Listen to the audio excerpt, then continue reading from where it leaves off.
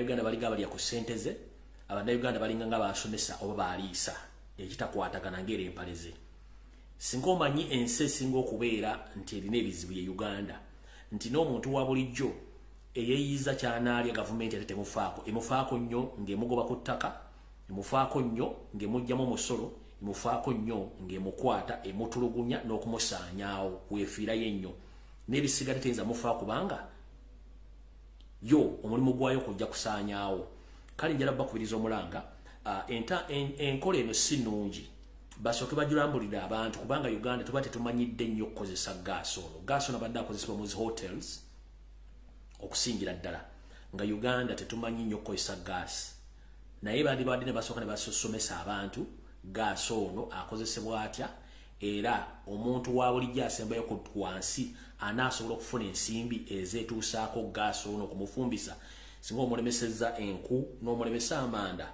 kubanga nkimanyi n'okugula obuguzi container oba ogula go container oba ogula gaasi sirinda eyo kuba mumanyi mu Uganda basooka ne bakuguza gaasi sirinda ngeri yokka then nogenda onoye bareferingira gaasi oyo ekyo nayo kiprocessing ddala katosobola kunga nti omuntu alimu okugula amanda ag'emitwalo 10 y'ensawo y'amanda anaasobola okufuna ssente esobola okugula gaasi sirinda yokka separate eyinza okubeera emitwalo 10 plus gaasi bamutunda mu kiro gyakoma okuba kiro waggulu gyakoma okubanga obuwangaazi katosobola kunga nti osobola okugatta okugula gaasi sirinda ogule ne gaasi ku muntu wa wansi atasobola nagula kikomando kyakuliisa baana 5 asobola okuba nti agula gaasi oyo naye saagala kuyitawo njala bategeeza obulabu kiri muno nti gaasi ono bamugenda mukozesa nga emu ku ngeri ey'okukolamu okutandika okunoonya ebikwata ku bantu bonna mu Buganda kubanga basinzidde mu Buganda njala balaga foomu zino zezimuko za linkinze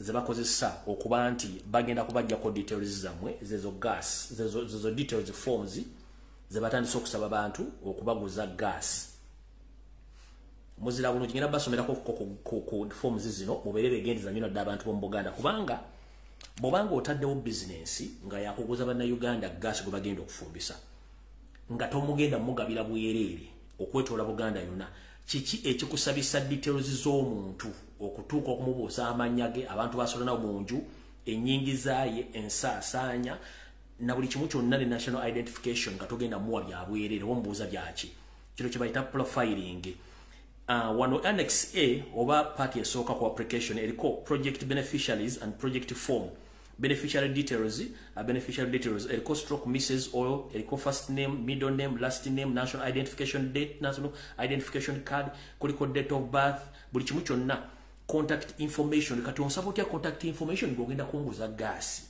okitegeera kuliko a telephone number, email address, kuliko preferred alternative, kuliko head of the house, kuliko permanent address location, village, house number, parish, sub-county, district, city or town.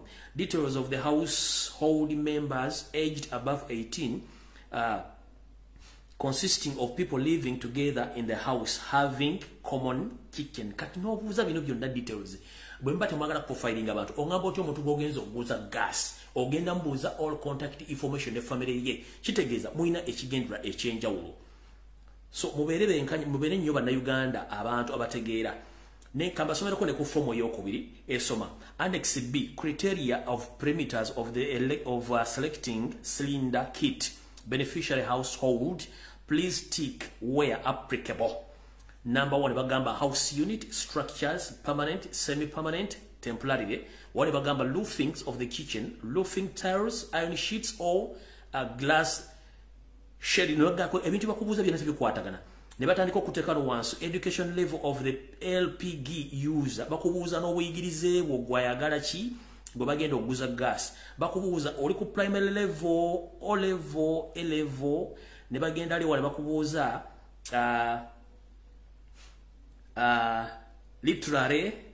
literacy or others if other specify ne bakubuuza n'ebibuuzo bingi nnyo ne bakubuuza average of monthly income in Ugandan shillings ofuna emitwalo 5 ku 10 10 ku 2 2 ku 3 ne bagamba source of income employment self-employed non-employed oba others ne bagamba naye bana basajja mu Nyarwanda mutumanyidde kati n'obuzo omuntu gwo nti ogenda mubuza gas ate wacho mbuza contact information okutuuka okwagala okumanya enfuna ye mugende mpola wale kitatambula bulungi mbagaye buli muntu yenna gwe bagenda okuguza gas oba gwe bagenda okujjako details bwe mbanga ngenda okugula gas tekinetagisa genda kufuna contact details zange mberanga omuntu yenna azza okugula ekintu n'entambula nengera teetaaga contact information obereke yafunye oba na Uganda mwegendereze nnyo naddala abantu bali mu Buganda mwenna nga temuli n'Abaganda n'Abaganda mwenna awo tuvuddewo okusookera ddala anjira kuyisa bambi akala okusiima n'okwebaza kwa muzadde w'omukyalo ono omukyalo ono bamuyita Anita Nakato Anita Nakato munnange maama wo omukyala Betty Wonders akugambye nti webale kusoma mu bugubi obw'ekitalo bw'oyisemu okuba nti osobodde okuba nti otuuse ku kkula erya certificate mu nursing Mama Betty Wonders akwagaliza okuba nti osoma bulungi ebiddako webale kusoma angambye nkuwobaka buno kubanga jakujje nawe gyovudde tobadde kumpi so omukyalo oyo bambi okusinzira kubaka nyina bwampadde omukyalo ne Anita Nakato Anita Nakato Anita Nakato yoyo bambi webale kusoma amama wo Betty Wonders ne baganda babiri okuli Anita ne Michelle bakwebaza okusoma era webale kubeera mwana wampisa okubanga otuse ku kuleetera kibadde kyangu nnyo nga bumanyi ebyaffe mu Uganda ne bakwebaza nti webale kusoma munnange webale kusomera ddala okutuuka ku kuleetera bagamba genda mu maaso ng'osoma kuba tekibadde kyangu buli muntu alina olugero lwe gyavudde so maama ne baganda bo bonna bakwagaliza okuba nti weeyongerayo okusoma mukyala Anita Nakato webale kusoma message eno evudde wa maama Betty Wonders ne basista bo ababiri okuli Anita ne Michelle bagambye nti webale kusoma olw'okuba nti ekkula lyadde ly'amaanyi nnyo munnange webale kusoma maama Betty Wonders ne sister wo Anita wepo ne Michelle ne bakwagaliza okusoma bulungi ne bagamba nti webale kusoma alright kati tubadde tuyiteyo buyitizi kati njagala tutandike video eno mpola mpola era tugenda gikwata mpola okusookera ddala ndowooza Yoseri ku video kuno okuli ne mutabani wo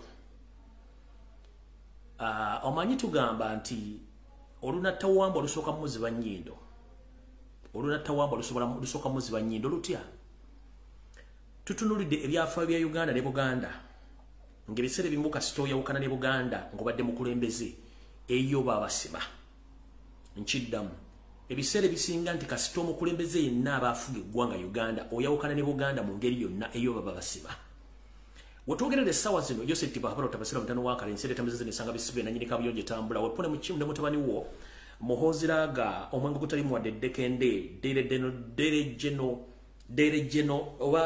Drinking Geno muhozi Kanyirugaba muli mu katu akatanategeerekeka obulungi ng'ebintu byonna mukola tebikyakwatagana olwebuzibidde nga waliwo ennyonyi yammwe gye mwagula ensimbi obuwana ennyonyi eno bagiyita M24 oba MY24 ennyonyi eno negudde mugirabyoko egudde mu bitundu by'ekkalamojja mugire bulungi nnyo ennyonyi eyo wait a minute ennyonyi eyo egudde mu bitundu by'ekkalamojja ku makya galeero ennyonyi eyo mugiraba zizimu ku nnyonyi Yoseri ziyagula obutitimbe ennyonyi eyo egula obukadde 12 n'ekitundu obwa dola ennyonyi eyo yokka egula obukadde 12 obwa dola wetwogerera omwaka guno gwokkandoza nagulinga gugwako Yoseri yakafiirwa ennyonyi ezisukka mu 5 naye nga buli nnyonyi ekitono ennyo ne baba yegula nga ya second hand ya buvumba tesukka bukadde buwera 5 obwa dola kitegeeza nti ezo ssente nnyingi obulombolombo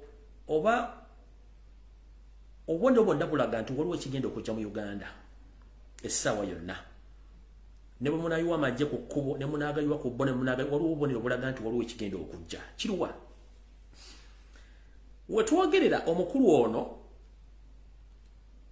yakoze tweet eno Peter Kawujju omuvubuka ono yali akola mu State Council nga omukyala Jennifer Namusisi akyakolayo nga director yakoze tweet n'agamba Uganda Electricity Transmission Company Limited has informed us of the national blackout UETCL technical team is establishing the exactly of the problem as well as working to restore the normal supply. All inconvenient caused are highly regretted.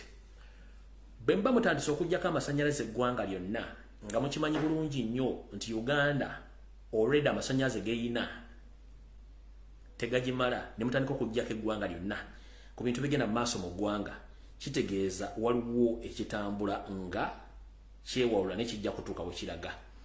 Kati awo njagadde kuyita obuyitizi nnyo bategeeza nti akukyaye bwawerekera ku bangi agujabagira. Yoseri security yokka gy'obadde oyina be bannayuganda bokka. Naye bannayuganda bennyini obafuukidde ekizibu kitegeeza tokyalina security n'ewaka. Abaakuleeta mu ntebe w'otudde baali Baganda. Obasse obamazeewo. Abaakuyambako kutuula awo n'okkubeezaawo ebikolobero byonna by'okoze baali B'Amerika n'Abangereza. Essaazi lw'oba bafuulidde obugere n'oyolekera n'ogenda ewa mukuluteeka munda era n'osaba kampuni ze ezisima amafuta zijje zikuyambeko baziteeke ensimbi mu kwongera okusima amafuta n'okutambuza omudumu ogutwala amafuta e Tanzania. Naye wasooka n'okola ekintu ekyo n'otuma Wassaanyaga Mulengejja Ssaalongo agende e Bunyoro ateekeyo ekifaananyi asige ekifaananyi nti amafuta gali mu mbeera nnungi era gavumenti abajogera amafuukulo okusima amafuta bakikola mu bukyamu n'okola programu za gavumenti. Ekyo nakyo ne kibeerawo. Kati kiwasitudde okitwale wa Putin okitwale wateeka munda omugambe nti oyina amafuta g'osobola okuba nti omuwa. Naye kiba kibi nnyo omuntu alina akagalani k'amazzi liita 5 n'ogenda ku nnyanja nawe n'otula mu lukiiko lw'abalina amazzi kiba kizibu nnyo. Ekisookera ddala okubalaga nti basajja mmwe security yammwe temukyagiri era temanyi wo mulaga. Njala sooka kugamba eka mu Uganda gy'obadde oba gy'oli we wali security esooka eri bannayuganda tebakyakwesiga okuva mu bukiikaddyo mu bukiikakkono Masekati ne Maserenga tetikyakwesiga. Eggwanga olisudde mu ntata y'ebyenfuna, eggwanga olitadde mu buzibu. Kati wootuukidde okuva mu bantu abaakuleeta mu ntebe otandika okukajjera ng'ogenda ewa dikiteeta munno nga naye kiri kulikoli mu Africa bukyanga lwanga lwami tazimbanga wadde ttooyi wadde okuzimbayo essomero wadde okuzimbayo borehole. Already ayina ebizibu nti alwana ne neighbor w'oli Ukraine. Already kati ndaye ebyokulwanyisa abijja eri mu North Korea na China. Talina wajja byakulwanyisa. Kati mwe mwagenze n'engalabi zammwe mugende ewateeka munda omugamba ajja asindike kampuni zijje Uganda zisima amafuta oba omuguze ebigimusa Russia zizimu ku nsi esinga okulima mu Europe ate zimu ensi esinga okufulumya ebigimusa tolina kyogenda mugamba. Ekigendera kyabadde nti okusinziira ku sources zange munda ebyokulwanyisa by'olina bikuweddeko ne ssente tozirina wogenda zijja gwe kennyini wagazi ya gavumenti n'ogazi ebyokwerinda byo ng'oyagala bakole ki ng'oyagala kwenywereza mu buyinza. Ate kino njala kubuuza bannayuganda omwami ono bwe yagenze ne bakulu banne bonna omusajja abagambye bumanyi nti ngenda bba waŋŋano. So yayonoonyesereza omuwomusolo ndowooza okuva e Uganda okutuuka mu ggwanga ewateeka munda kirabika kyatutte ndowooza obukadde bwa $2 obusukka mu 2 naye yajjeyo pakiti za ŋŋano. Kitegeeza n'oligwe muliko talina kyasobola bba kuba naye akyalina ebizibu bye. Security gy'olina eri waka ate naye yakuvaamu kitegeeza tomanyi kiki ogenda kuzzaako. Ekyo si kyekikulu. Gy'okoma okulinnya oba enkima gy'ekoma okulinnya gy'ekoma okukolesa obwere bwayo. Effujjo lyolaze ku bannayuganda n'okwesimira obunnya kitegeeza nti gwe kennyini ogalinnye gye gava. Nalabyeko omanyi obusiru butta ate tobanga omusiru mu bagezi ate tobanga omugezi mu basiru. Bintu bibiri byanjawulo. Tobanga omusiru mu bagezi ate tobanga omugezi mu basiru. Kati Yoseri ne family yo ne government yo wawa watuufu emugwa. Ku makyankedde okumanya omusajja ono yeerabidde nti dikiteta alina bw'anaaba anaagwa yeerabira gy'avudde n'akwatagana emikwano emirala ate ffe kiba kitukolera. Ndabye abasiru ku social media kuno abagaayo obutta Kyagulanyi yagenze kulaba filimu simanyi yasaba abaana babaali yagenze biki bakulu njera babuuza ekibuuzo Robert Kyagulanyi Ssentamu ayina emmotoka ez'amagye Robert Kyagulanyi Ssentamu ayina amakomera oba yakolera poliisi oba yalina ekintu kyonna ekitta abantu mu Uganda gomwogerera yabatta so si Kyagulanyi kye bayita okulabisa oba exposing kintu kirala ekyo mujja kitegeera mmwe ekizibu kye mulina njagala nsooke nkubuulire ekizibu kye mulina mu abasajja beeyita Abaganda abamu nga mulina ebizibu bingi nnyo omuntu bw'asirika muyita musiru ebiseera ebisinga omuntu okusirika taba musiru aba ategeera ekintu Kyagulanyi kyeyagenzeeko mmwe temumanyi muyinza okirabanga firimu naye ngeri documentary documentary is based on a reality bagenda ku exposing Museveni ojja kutya one gobadde okimanyi nti firimu eyo gwe gye muyita firimu documentary ng'ebeesize ku reality egenda kulaga ebikolobero na Museveni byakoze goza Kyagulanyi yakwata kamera ekyo nga kimaze gwoloza lwaki mu kaseera ke kamu Alujazera yazze nekola documentary neraga nti Museveni yali mu lukolutta omugenzi John Amobio Garanga owe South Sudan mu kaseera ke kamu video nakene negiteekayo ku macha gye buvuddeko era bwe mba ku video ngena baterayo video eraga nti Museveni kenyini ye yali oluko mu Gaddafi kati tugenze ku nsonga endala olwo butegere bana basajja ba nane ba propagandalist nti okutegera kwabo kwa munguwa nkubuuza goloza lwaki mu kaseera ke kamu Alujazira yafunye etya obuyinza n'olukusa ogenda ku exposing Museveni nekwata negera nekola investigations nezula ti Museveni yali mu lukolota John Garanga ekyo kimu eya Gaddafi jeri esawa yonna mugenda kulaba olutambi era nga either Alujazira yerukoze oba CNN oba TV nga bakulaga ani yali mu lukwe olutta omugenzi Laurent Desire Kabila yali president wa Congo olutambi lugenda kujja sawa yemu mugenda kulira okunoonyereza nga kukwata ku mugenzi Pombe Magufuli wa Tanzania ali yali mu lukwe olumutta Yoseri esawa yonna mugenda kulaba documentary ngere ekwata ku mugenzi Juvenile Abiyarimana owa Rwanda gobatira ku kisaawe Rwanda lugenda kufuluma ngani ali mu Yoseri era kyekisera kyekimu olutambi olugenda gattako n'omugenzi Ntabyamira Sepiriani era ni wa Burundi olutambi lugenda kufuluma nga luluma Yoseri esawa yonna gye mujja katono mugenda kulaba ebintu bingi ebyali bisirikiddwa nga bitandise okulaba nti Yoseri bitandiko abasajja bano bakumanyi bulungi nnyo buli kimba kimanyi just bade balinda bulinzi sawa kiki ekigenda okukolebwa njagala bwebuuze ebbanga lyonna lobadde olina balobbisti bagenda mu International Monetary Fund bagenda mu World Bank bagenda mu House of Commons bagenda wa Queen bagenda mu International Criminal Court ne bakuterera akabega era ku last moment wano otwagambe teri kuzikiza ICC International Criminal Court we accepting a petition y'abana Uganda abakulu Robert Kyagulanyi Ssentamu okuteekayo omusango ne batwala ebbaluwa ne baliguli CVs sawa zino gwe tolaba nti waliwo ekigenda maaso mu ggwanga kati guwadduso ogenda wateeka munda yakuwadde engano kyokka ebintu bingi bitandise okuviirayo ate ng'obujulizi bwombi bugenda kukuluma obujulizi obukuluma nti era guwali ogenda okutta Ssaabasajja Kabaka kubanga mukimanyi bulungi nnyo nti mulina system esoma nti musoma mu bitabo by'abasajja abafuzi b'amatwale nti bw'onoba otwala eggwanga sooka kutta abantu abo bonna abakkirizibwamu bantu y'ensonga lwaki Kabaka wa Buganda Ronald Mutebi II mwali mukoledde olukwa olumusaanyo nga muwadde obutwa era kati muwulira ennugu olw'okuba nti waali omukama wa Bunyoro mwamukola ekintu kyekimu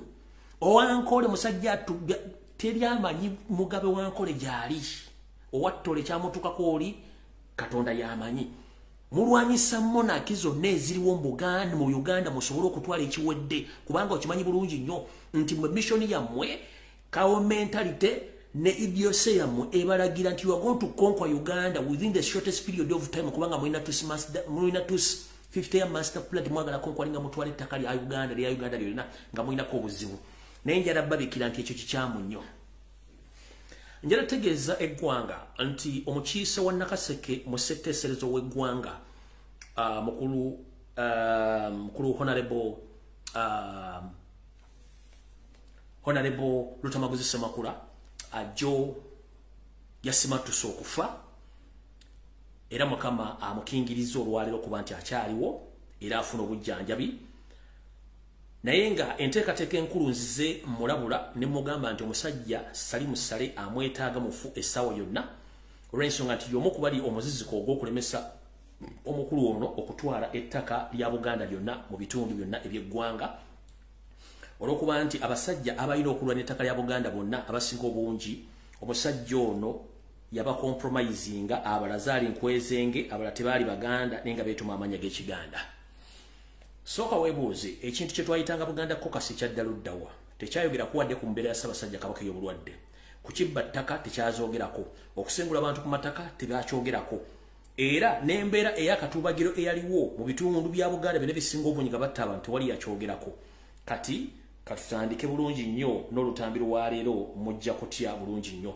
Era buli muntu yenna ali mu Buganda ng'atunda amataka n'agula amataka g'Abaganda n'abasengulako oyo temubuuza akolera ani be bantu abakolera Jeno Salimu Sale mu Buganda.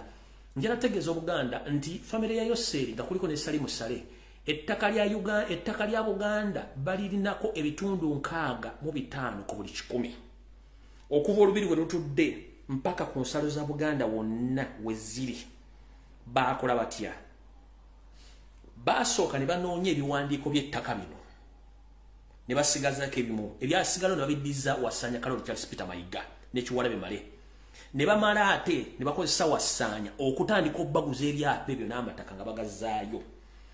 Gye buvudde katono Wasanya yagenda e Bungereza ne munne David Wasajja ne bagulawo omusa waggula gavumenti ya Bungereza nga baagala babawe ebyapa bya Buganda original ebitandika mu 1800+ bafunako photocopy ezo bakozesezza okuddamu okugenda mu system ya Uganda Land Board, Uganda Land Commission okuddamu okuyingira mu system okusangulamu ebyapa byonna ebyaddala ne batandika okuteekamu ebyapa ebifu kwe basinzidde okutandika okutunda amataka n'okugabaganya abantu ku mataka n'okutunda ettaka lya Buganda lyonna. Era kyova olaba nti buli muntu wena woolya nti waliwo ogoba ettaka waliwo ajja n'ekyapa ng'aga nti wawe naye ng'atudde ku ttaka ganna ekyapa kya myaka 2 myaka 3 myaka 10 naye ng'onazze ekyapa kikiraga nti kyakayingira mu sisitimu kubanga bakozesa mayiga okukola ekintu ekyo era ettaka litundiddwa bulungi nnyo. Kati omukulu ono Salimu Sale ne muganda Yoseri balina ettaka lya Buganda ebitundu 6 ku buli 10 nga bakozeseza Buganda Land Board, Kiwalabe Male ne Charles Peter Mayiga ekyo bakibakozesa bulungi nnyo ettaka ne balitwala. Naye nga bwe nabagamba nti buli kintu kibeerako entandika n'enkomerero. Yoseri ali mu nnaku ze zisembayo. Ono omusajja kisawo ovuga Salimu Sale ali mu nnaku ze zisembayo. Nze mbuuza ettaka lye mukuŋŋaanya, how sure are you oba mwefumintiriza mutya nti ettaka eryo mugenda dditwala mulijja ku bwannannyini era mugenda ddibeerako mpaka bbanga ki? Ekisooka ettaka lya Buganda teririna mipiira terisenguka. Ettaka lya Buganda lirina bannyini lyo buli mwana gwe bazadde kwa muzzukulu amanye ettaka ku bazika jjajjaawe ani yalitutte ebiwandiiko birina. Kati kuno ko bayita okukuŋŋaanya ebintu nga togenda genda nabyo. Ekizibu kye mulina mulina obusiru bumu bwe mulowooza nti bwe mufutubbala ku bantu nga mulina emmundu buli kimu genda kitwala. Mukuŋŋaanya ettaka muzimbeko zi factory muzimbeko buli kimu n'ekiseera kigenda kujja nga temwine mugenda kuyita buli kimu nga mulina okireka. Ate temusuubira nti enkwezegeze muzadde waliwo agenda okuyimirira mu Buganda atandika okucyalenjinga Abaganda ku ttaka lyabwe. Ekyo kizibu nnyo teri agenda kisobola. Ekyo mbagamba kizibu nnyo teri agenda kisobola kucyalenjinga Abaganda ku ttaka lyabwe. Ne bwe nnaasangako nga kuliko Sheraton tujja kufaafaagana era tujja gimenyako mpaka bwe munaategeera nti Abaganda baagala ettaka lyabwe. Awo nno we tugenda tutandikira tusooke tulabe ensonga nga bwe zitambula.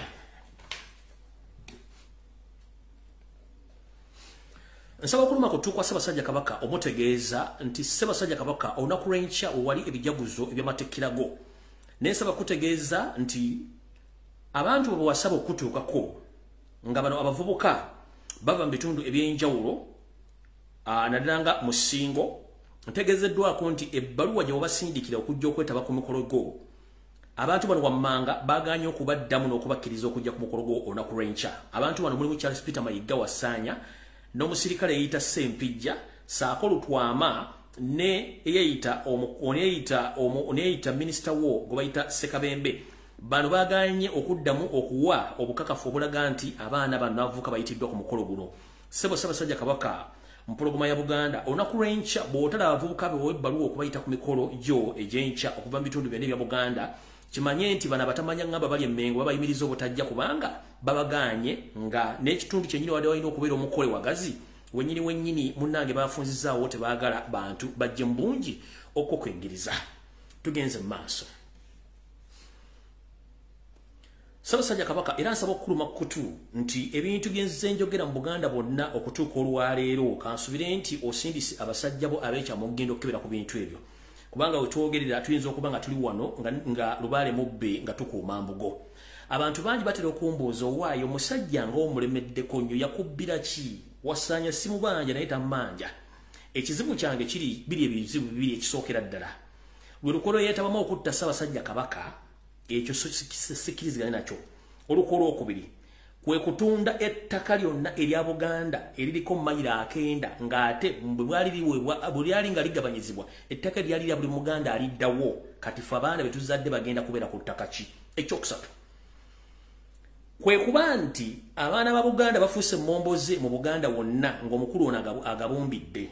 Ensonga esembayo kwe kutunda ebifonze kennyini kamwa kwogera wennakulira n'ensajjalaata okuba nti sikyayina lugero lunjogerako nti waliwo wennasomera oba wennazanyiranga. Ekyokulabirako nze kamwa kwogera nasomera ku Nabagereka Primary School wano ku Mwanga ku kooti ya Mwanga ng'okimbiikiriza ova ku lubiri waggulu ku kageeti kana akawansi mu Basumaali n'oyambukira ddala n'otuukira ddala ku Pride Theatre. Kati katonnatuuka ku Pride Theatre wakati awo ewali garage empitirivu n'ekitundu kye bayita ku mbuzi naye bw'oba oyambuka bwoti ku mukono gwo ogwa kkono awo nno wali ne lufula y'Obwakabaka wali n'oluzi lwe bayita lufula wali essomero lye bayita Nabagereka Origino essomero eryo wennasomera. Charles Peter Mayiga David Wasajja Kiwalabe Male baatunda essomero eryo nga ettaka lye baaliguza Muhoozi Kanyarugaba. Kiba kitegeeza history wange nganze omuntu azaliddwa mu Kampala mu Uganda si kyamwine essomero baalisaanyaawo bagenda kuzimawo moolo. Ku ttaka eddala lyatundibwa mwenna bamanyi mu Kisenyi Emmengo wennakulira wabeerangawo ekikuŋŋaanyizo bantu ffenna abavubuka bwe twakuŋŋaaniranga abava mu Kampala Central oba mu kibuga mu mbuga enkulu oba gye tuyita Kampala Central oba gye tuyita Kampala Central na mu Luzumba giyita Kampala Central ffenna abavubuka basinga obungi we twakuŋŋaanira mu ggombolola y'omukulu w'ekibuga. Abatamanyi mu Buganda ekigambo Kampala Central ge masekkati ga Kampala naye omukiise wa Kabaka mu Kampala wakati eggombolola mu Luganda bagiyita nti eggombolola y'omukulu w'ekibuga ye Kampala Central.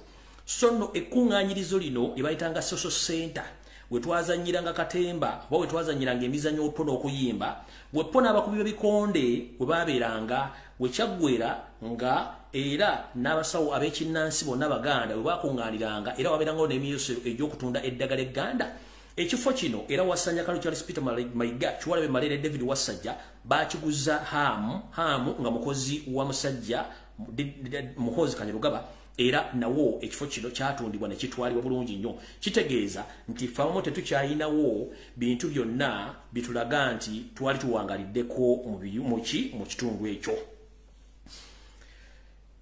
Ebyafa bya Buganda byonna ebisinga obungi bisaanyiziddwawo nga n'ennyumba eyasembayo okusaanyizibwawo ennyumba ya Musolooza eno nno nga eri ku Kinnya na Mpindi n'embuga enkulu eya Buganda ey'Emmengo. Musolooza nno muntu mukulu nnyo mu Buganda naye ennyumba gye buvudde katono yasendebwa n'amaka ge ne gakubibwawo. Kati essaawa zino bagenda kuzimba golofa ng'era Charles Peter Mayiga Kiwalabe Male ne David Wasajja be baatunda ettaka lino.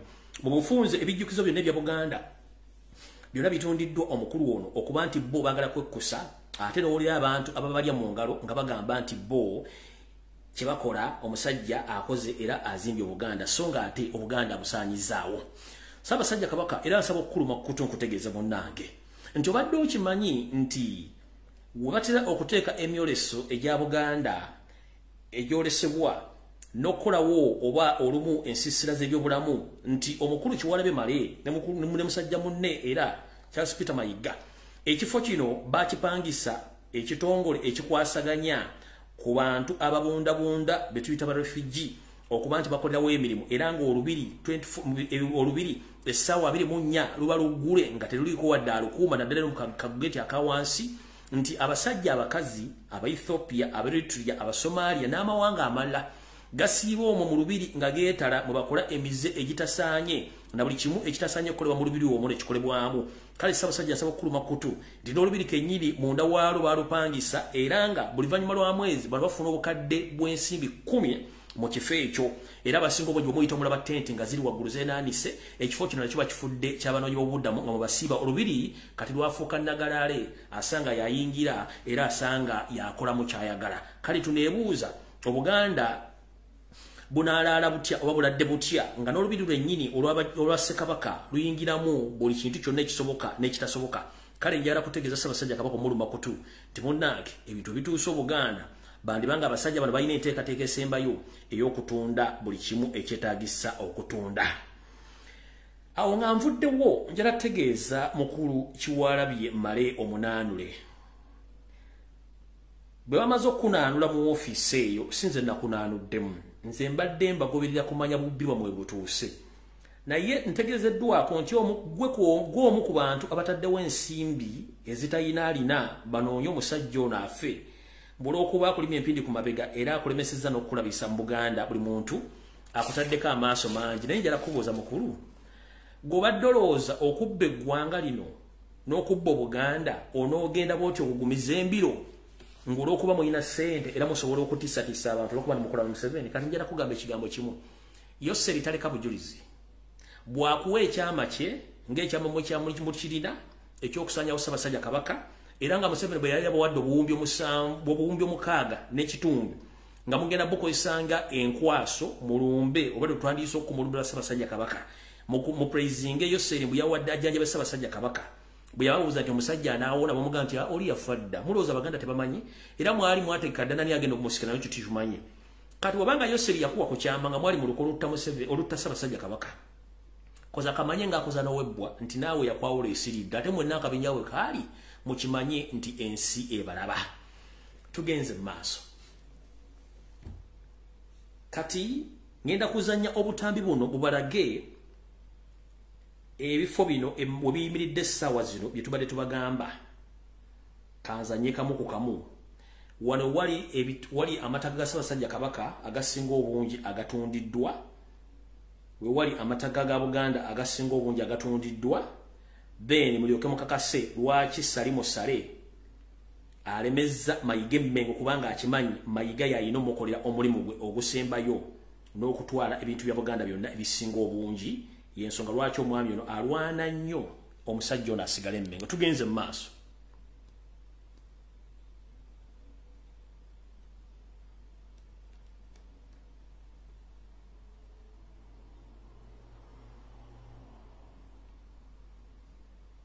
Olinde katono nnyo buli video gyolaba gyogenda okulaba essaawa zino egenda kulaga akayanja nga bwe kayimiridde bice bigenda mu maaso then nzanye n'eddoboozi muwulire bulungi nnyo lwaki Salimu Sale takkiriza Mayiga kuva Mmengo tutandise n'eno embeera y'akayanja bweyimiridde essaawa zino nokulambulira saidi ze eri gye nagambika ku papapo eyo bazibayo kasajja ne batwalirayo ddala waliwo obulenga saidi ze eyo waliwo eri egundi waliwo galagi waliwo ne hotel ebyokukifayenga jasi olengera galagi eyo ne hotel eyo ku papapo ate abo bazibayo ne wafa amazzi agaliga mberi ge nagambye galiga bagulukulubaga loodi gagendanga mu katobazi kali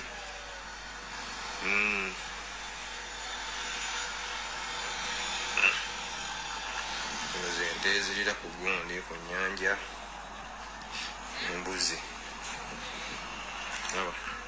nogalajo giraba waliwo osaidi eno wali galajira nabalutobazi ne banyigawo ettaka ne bakolaki naye twebuuza nti gye bajja olukusa ne bafuna ettaka engeeyo tekakyayina inlet wabula gyesikayina bezina outlet obucaafu wona bona bwevudde eri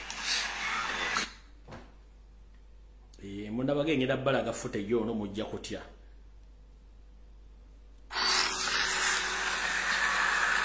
kati saidi eno waggulu naweera nawo olutobazi nzijukira waliwo akanasale naye akali mu lutobazi badulawo bali balina wakayumba nebateekawo galaji motoka bya wayiwayi bigasobola bikanikira wayiwayi nokipayingawo wano awo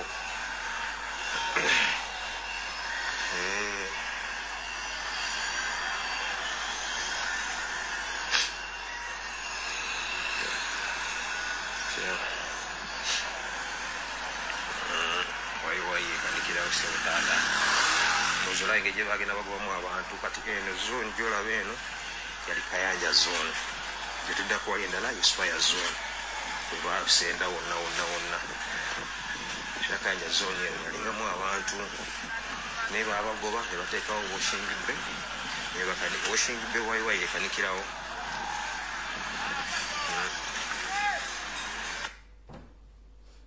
ngenda balaga kimu ku kimu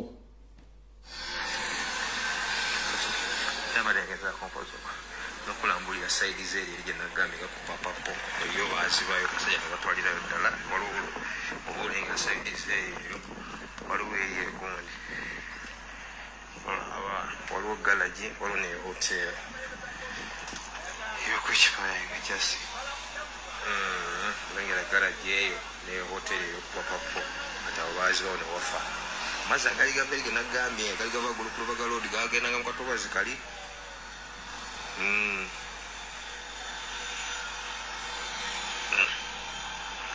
zino zente ezirira ku gundi ku nnyanja embuzi aba nogalajo giraba waliwo osaidi eno wali galajo Kayanja almost 50% kafudde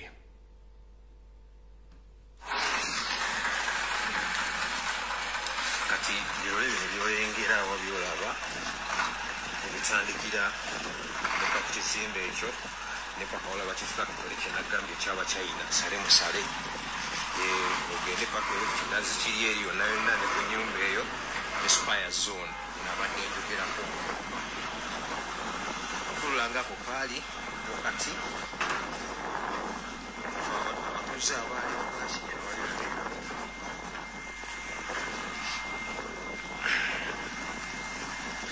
oluvannyuma lwa Charles kudisa tebagenda kuwonawo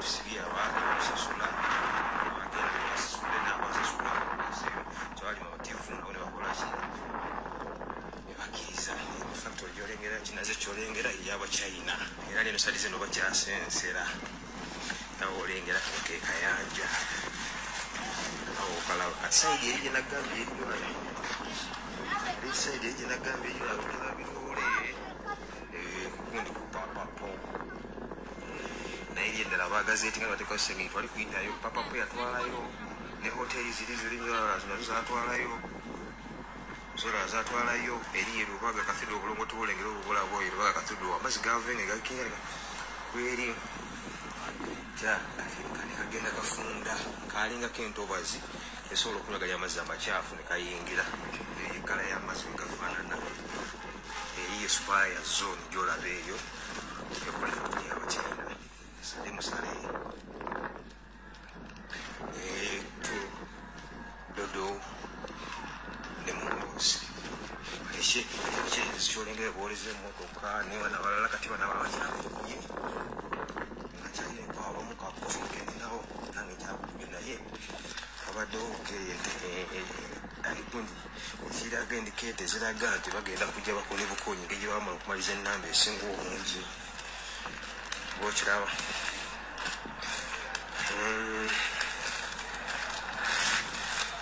kale era abasinga obungi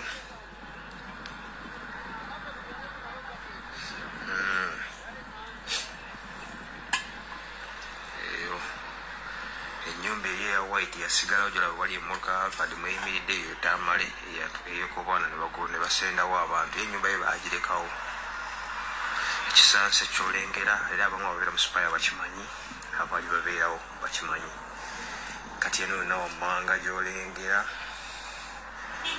Bachina basenseddewo era bakyangire n'okusensera Yoseri zeeno era toli alikwatako naye nga bijja bagenda kuzimba kati eteeboso era singa era singa osobola okujjuka kye nagambye olaba matini hotel oba matini ebirabe osoboliza okugenda obiraba saidi eri obuzibu bwega saidi zeneno kaliko akamamba poeti wansi awo waliwo weyawusi factory oba ekola bikibyuma era nayo abachina kati eno yekola plastic n'okufeera ngenda kugenda nkutwale ku buzibu akalinda nawo olengere kati abamanyi omukyalo begema malejo okubanangamu okuvaawo okumbenyera waera kyali mu nnyumba zaabo bakisosokole era wali olengere motoka emipira waliwo akayumba ako yeyagaana naye olengeri yona yona yona bagenda kujjawo mukoonewo ndabalaga footage nze sina buzibu footage nagengera mubalaga mulyoka mukakase lwakyo n'omusaza baagala mujjawo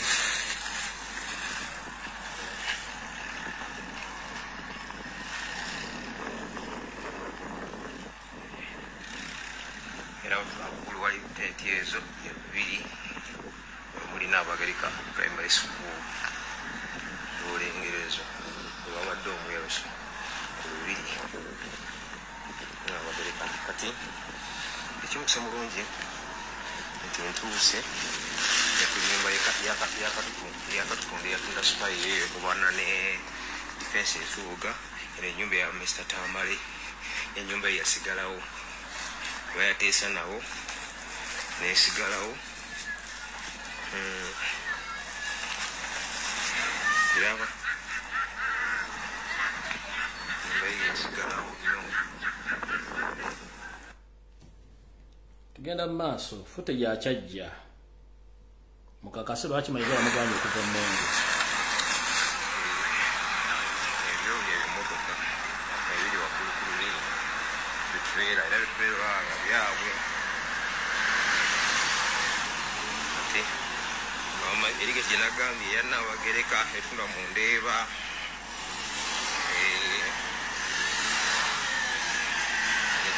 nebikyaso biraba era bamanyi kyaki eyo mugiraba gye bakoona dodo gye yakoona nekiri ekizimbe kyolaba sadizeeyo salemu akolaki mwateeka abasolanabe ebyo kyaki gye bakoona mutumize ku vyu eriye mu Ndeeba nebikali nebiraba ebyo nayo yasalemu kagosing bay eyo oluzi lwa Kalinda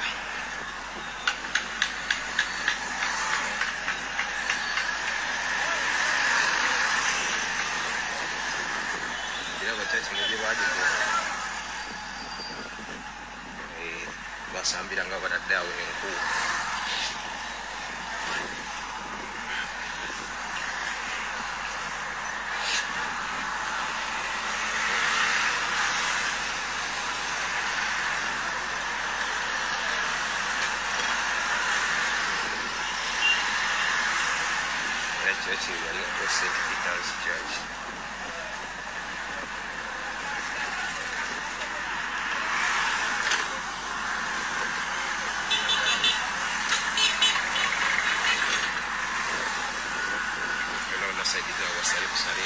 bagimanyi televisioni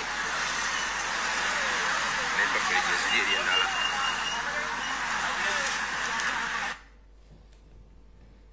tukyagenda mu maaso footage waali oluzi lwengenda okulaga olaba olufaanana oluzi lwayo obulungi oluzi lwa Buganda lwa muzizo mu Buganda olwo ensadize lwa factory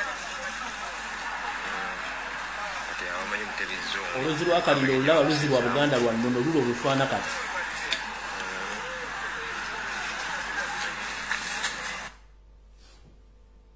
kati ndoza mutegedde bulungi nnyo abantu abamanyi mu Ndeeba na buli kimu kigenda mu maaso mu Ndeeba kati njala sooka bategeeza musooke muwulire amaloboozi gano then tulyoke tusimbule tugende ku programu ya Ndeese kati njala bategeeza Yoseri ne munne Salimu Sale bawadda wasaanya ensimbi okuba nti wasaanya amakinga sure nti abakwasa olubiri olwo nze kamwa kwogera n'enzija n'enfaafaagana nabo ensi neetegera ne basooka beesonyiwa olubiri kati kye baakoze baguze kye bayita Ndeeba buli poloti yonna okwetooloola Ndeeba katuwe olubiri lwonna ettaka eryetoolodde olubiri lyonna baliguze lyonna kati olubiri lusigadde mu bbanga oba okitegeera bulungi nnyo mu Abaganda abali eyo wasanye lwaki tava Mmengo Salimu Sale kubanga akimanya amuzanyira omuzannyo ogusembe baagala kutwala lubiri kati baddidde ettaka lyonna okuva Kayanja ka Kabaka yingira Ndeeba lwetoolole ku Mawendo yingire Katwe yingira mu Kisenyi okutuuka luna ettaka lyonna olwokwetooloola olubiri baliguze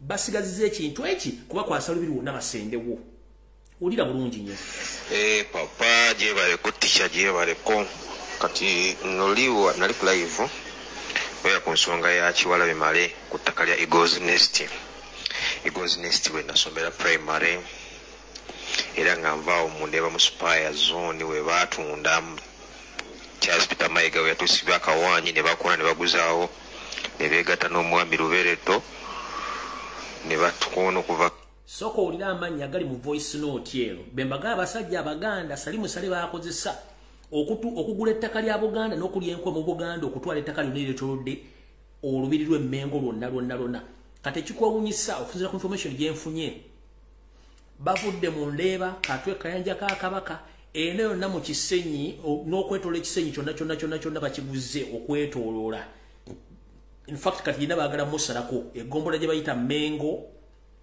oba omuntu gwe bayita Mmengo mu Ndeeba Kisenyi Katwe gira bamaze omugula bamusazeeko yenna amanya ge mugenda okuwulira tegabera surprise gye muli mugawulire bulungi nnyo y'ensonga lwaki mu Mayiga bwe bafuna ekizibu adduka Salimu Sale bwe bamugobye yaddisa mukama Salimu Sale eggulu Salimu Sale nayimiriza okukola ki okumufuutula wulira bulungi nnyo muwulira amanya voice neno kanjidde bulungi nnyo eno papa gyebaleko tisha gyebaleko kati noliwa nali ku live oya ku nsonga ya Kiwalabe Male ku ttaka lya Eagles Nest we nasomera primary era nga nvaawo mu Ndeeba mu Spire zone we baatunda Charles Peter Mayiga we yatuusibwa akawaanyi ne bakola ne baguzaawo ne beegatta n'omwami Lubereto ne batukoona okuva Kayanja paka ku lubiri Salimu Sale n'ayitawo abakyayina era babizimba era oba oyagala footage yawe nja kukwata naye mukulage olabe ngeri gye batusiriwaza na Charles Peter Mayiga tugumaza ne baira type Jennifer Musisiwe ne bagala twayagala sooka bakoonawo ne bagala sima batasonko ye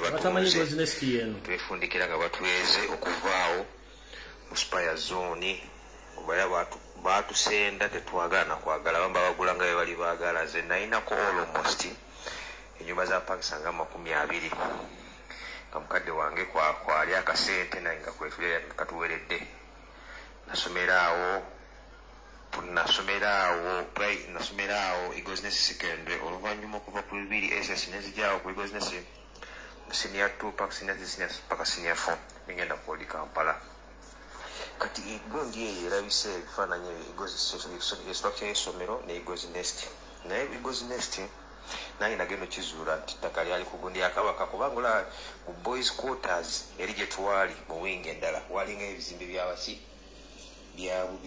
byagundi byabano abaali abasajja ba Kabaka oba abataka ba Kabaka balinananga ku lubiri bakoonawo ne baguzaayo eyo omusajja oyo na expandinga na pakeri wansinga ku social set eri waku wali simanyi ewali nga abalwadde basiriimu ku gundi ku social center nayo ne bakutunzayo paka emabega wakana akasomero ke bayita Simaita Weed ak'omu Kisenyi eyo ne baguza oyo omusajja ojozinge paka waggulu ku lubiri bwe bazze erisomero eryali wano basa Apollo eryali nesimanyi Kyaggwe primary weryadda waggulu mwenna abatamanyi kitundu ekyo kyekitundu kyonna ekiranye olubiri lwa Kabaka Emmengo kati bakugamba nti bazinzeko ettaka ly'omu Kayanja konna bagenze mu Ndeeba kati bamusazeeko abayingidde Mengo Parish kwe kuli ekifo kuli AIDS Information Center ne bambuka ku Eagles Nest ne basalako wano ku social center wonna ettaka lina baliguze kati n'okwetoola okugira ddala wonna batannaguladiza wano kunga ku Ngalabi naye kati wasigadde wonna okuttaka baliguze kubanga ono Salimu Sale yakolaga ne Mayiga okukola ebintu bino byonna kuba kye baagala bamale okuba nti awonna baguzeewo muwuliddemu essomero lya Kyagwe Primary School enteekateeka yali bweti nti Kampala City Council bwemala okuguza ettaka eryo ne bamala okutunda ettaka lya Kyagwe Primary School City Council yasitula Kyagwe Primary School n'egireeta waggulu ku lubiri ewali ettaka ly'abataka bwe bazimba Kyagolodi Primary School. Abatamanyi Kyagolodi Primary School yali wali emabega wa Kisekka. Kati ewali Mukwano Mall, mwenna amanyi wali Mukwano Mall wa Kisekka, emanju wa Kisekka Market, ng'oyambuka odda ewukodi Kampala waggulu wano. Kati eyo Mukwano Mall wali essomero lya Kyagolodi Primary School. Kampala State Council nekulaga ne Yoseri Mahabulwa ne bawawo Mukwano n'azimbawo ezo mall. Kati siyo Kampala State Council kye yakola. Nejjawo essomero eryo n'ebitwala n'eriteeka waggulu ku lubiri wali waggulu wali ettaka ly'abataka we yaliteeka. Ali ne bayinza okubeera ne bayogere balitundirawo nga liteririiwo luligera ku voice sawa yonna. Mutegedde bulungi nnyo. Eyo mapu endi mutwe. Mama nga agenda okumbutuza yambutuza ndya. Eyo mapu endi ku mutwe omuyinza okuza nti balubale yanjogeza ebigambo bino. Mapu endi ku mutwe kubanga nakulya banzaaliraawo. Awula ne bonga ne baguzaawo. Dada chwala bimale. Kati oje side zene ne wali simanyi Jesara. So kabaka we bagamba wali nga agondi ya kabaka. Awo ne manjo jinga tubodalinga yo Jesara. Neno Nakasero Secondary School. Nenge naga nazinga nasibya dala kulubiri era obutanga kuti kulubiri ngova kuti gudo lwata simanyi ranges weke simanyi bali Ntuma Road. Chipanda chiliko Eagles Nest Secondary School. Chikomera kibasi bachiko Eagles Nest Secondary School. Paka otuke paka wansi wali. Kati ensonga endese era ensonga ekukakasa dada kitufu kiwala bale yatunda. Nesonga okukatiza n'abantu beyaguza wano essomero eryo lya mukyala. Omukyala oyo tumita director ye Jennifer Dozwhite. Erinnya akozesa lya musajja baawe bamita Bush Dozwhite n'abaana babaita Sean Dozwhite, Rick Dozwhite ne Shani Dozwhite. Yazaala abaana basatu bonna balenzi. Omukulu ye Rick Dozwhite. So ye for a pastor, youth pastor wa Igonet eriente ya primary.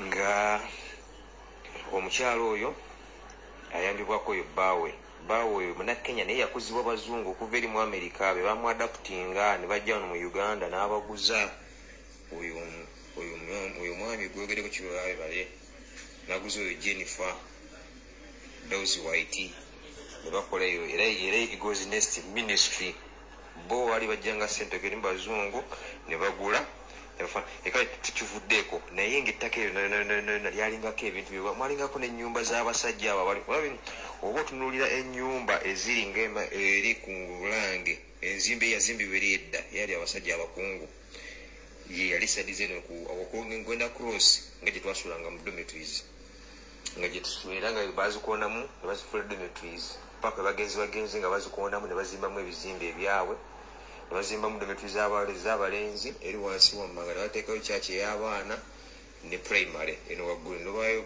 secondary ne church gye twasumirangako simanyi fellowship. Kati eyo yembisa ya Eagles Nest era kumuli kyawagede ddala kituufu nti kiwala emale yatunda nange njonga kikatiza ddala ti yatunda era yatunda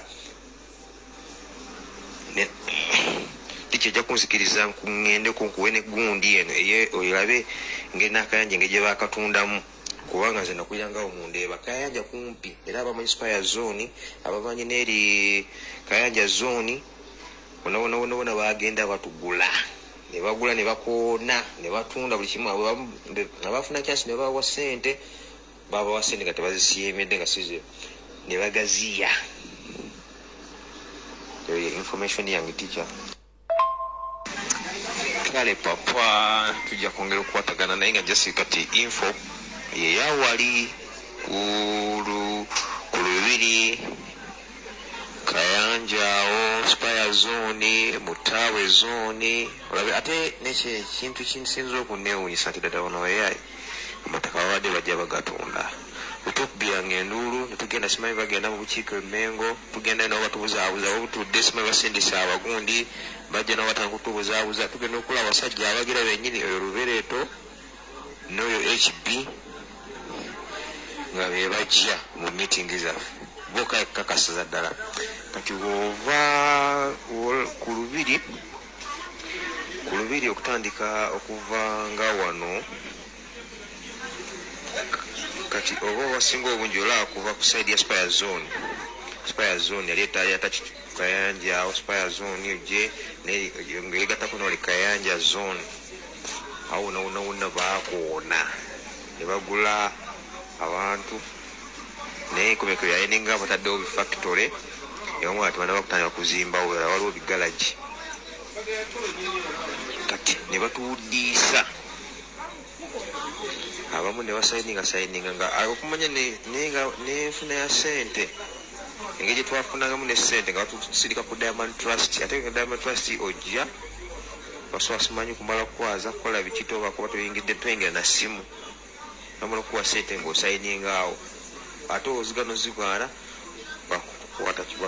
batwalawo nampaka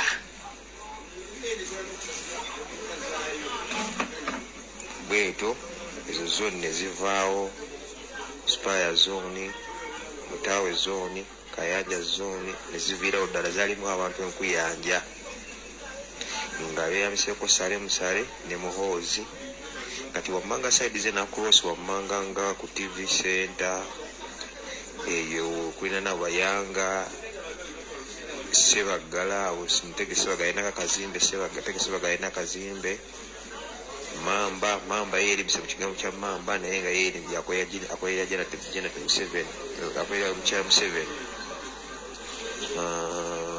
ono lubereto yakolera muhoozi kati eno side ne kyengulungu nangadda ngudda kibuye obamanyi oluzi lwa Kalindo olwo balusenda olwo kyaki yabalokole oyo dodo yali akolera sale musale era nga yakola amajiri ebikola kyaba China basula side eri eno wakalika mu kali amajje ne tugamba dodo yani twaya twakigulu kizenyo olwanyuma nnyo kizera nga dodo akolera sale musale ne batusenda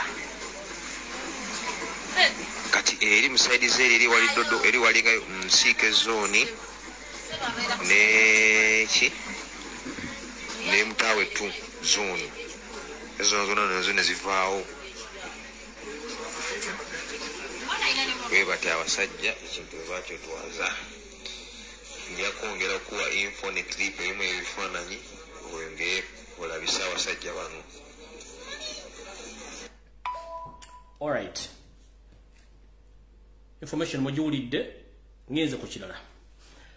Era Ssaabasajja Kabaka nsaba kuluma kutu nkutegeeze nti musajja wo guwawa okulamulirako mu bitundu bye Kasanje ku luguudo lwa Nakawuka yeyita Dube atasasula tax omukulu Andrew Benon Kibuuka nga yegasibwa muno wa LC1 omukulu Charles Sulaimani Serugot bwe nabalemesa okutunda ekisaawe ekye Kasanje ate munnange baabuukidde kintu kirala.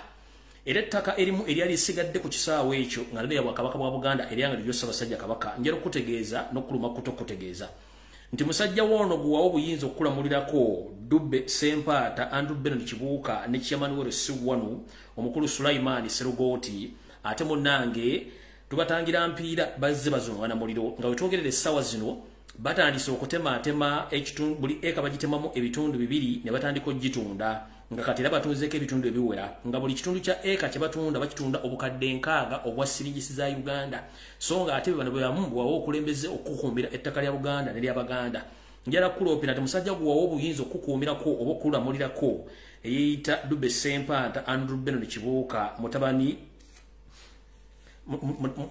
w'abagenzi ababiri sebo ne yefudde mu kutunda ettaka lya Kasanje Nakawuka era nkuloopera nti Andrew Benon Kibuuka ne Chairman LC1 omukulu Sulaimani Serugoti ettaka lye nabalemese ly'ekisaawe baalivaako kati bagufudde mugana totunda ettaka lisigaddewo ettali lya kisaawe nga lya Buganda era lya Ssaabasajja Kabaka baalitemamu ebitundu kati buli eka bagitemamu ebitundu 2 buli kitundu kya eka bakitunda obukadde 6 era baguzizzaako jukira nti bana abasajja Abaganda bennyini bebasanyizawo Buganda olw'omululu kuba neewuunya omusajja omukulu emyaka gy'omaze ng'oweesa ensimbi ng'okyasobola okulubuutanira ettaka lya Buganda olitunde simanyi kiki mwagaza Obuganda. Ssaabasajja Kabaka nkuwabidde omwami oyo gwawo obuyinza nti ate si omu yekka abantu bangi nnyo abeefudde nampudazzibe nga batunda ettaka lyo mu bitundu bingi nnyo ebya Buganda.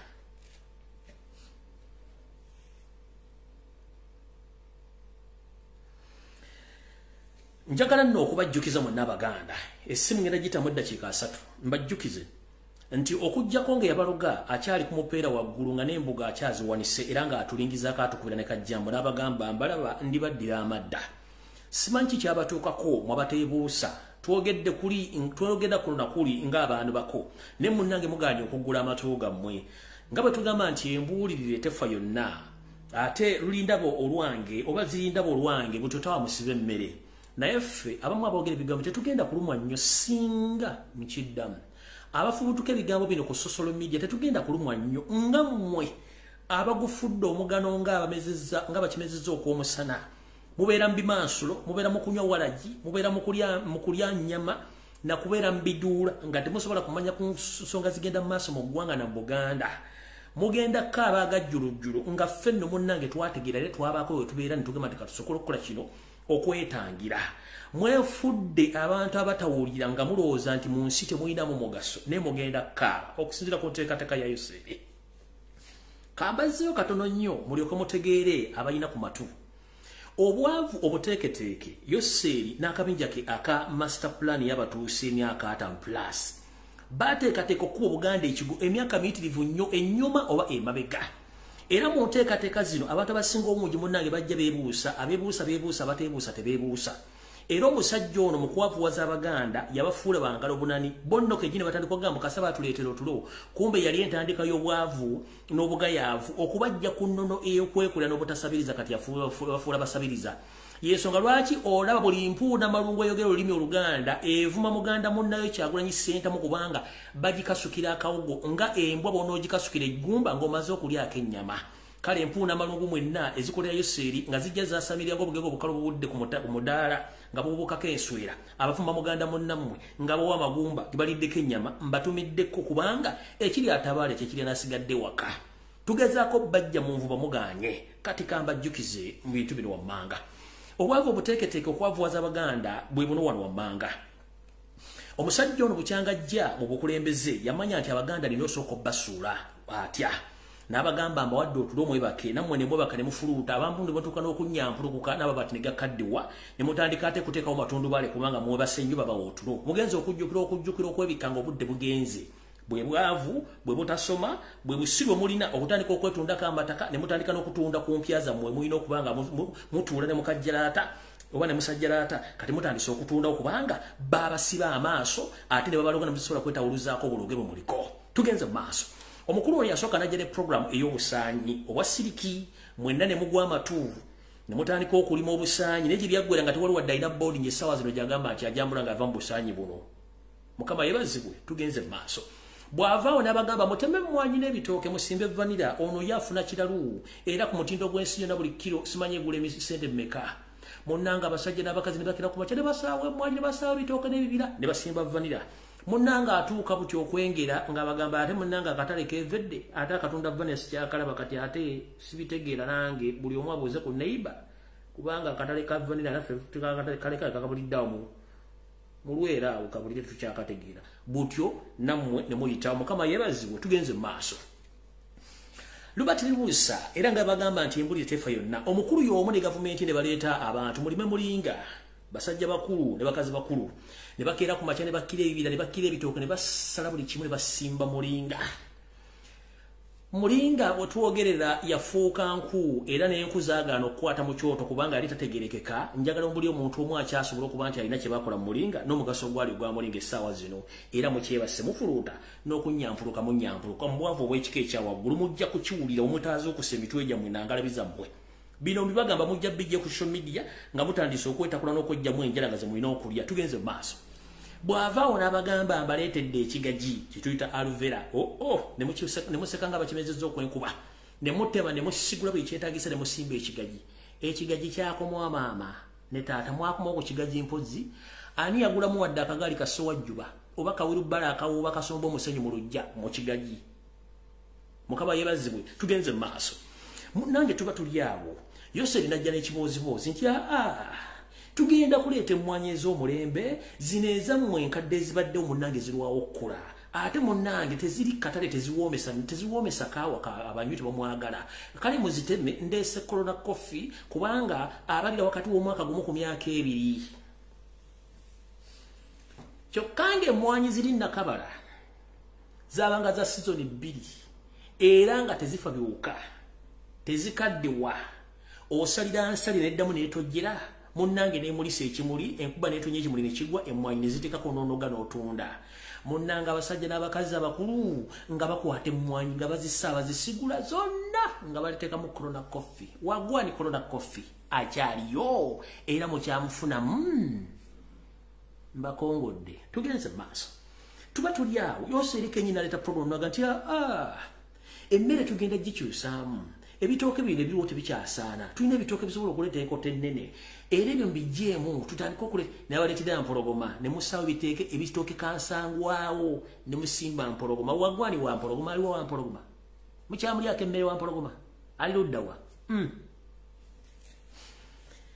tuba tuli awo ne baleeta ensigo zebayita GMOs mwe batagimaze ensigo zosimba mu ttaka n'embeera bulukulungi nekuleetera ekyokulya naye nga tosobola kuzzaamu kyakulya ekyo kizza mu ttaka funa mu kinne waakyo nkiddamu muba muli awo ne babaleetera GMOs zensigo gy'osobola okusimba nevaamu ensigo ginne waayo naye nga yakulya buli tosobola gizzaamu kitegeeza nti ogenda kubeera waawo ng'ogula buguza ensigo ezo oba emmere eyo nga tosobola kuterekako nsigo zakusimba ekyo mukitegedde tuba tuli awo mu nteekateeka y'emu omukulu ono yali kimumalidde ng'Obuganda bumulemeredde omanyi Abaganda bagezigezi n'agamba tukoze tutya Obuganda obwedda tebwetaaga nga kibimusa gyonna mu ttaka oba okiteeka ku mmwanyi oba okiteeka mu bitooke oba okiteeka luddawa Obuganda bwalina ettaka nga lyagimuka ne lidda limu kati ne lyewogoma omukulu n'abagamba nti tugenda baleetera eddagala eritta ebiwuka mu bitooke ne baleeta faladani abaana b'e Masaka Mitiya Gomba wawa ne bagula falada ne bafuuyira ebitooke ne bagula ebijimusa ne bayiwa mu baali bayiwa mu butwa obwatta ettaka ne butta emmwanyi ne butta ebitooke ettaka ne lifa bwe ffufululufu kati olw'okuba nti enteekateeka ya buli namutaayiika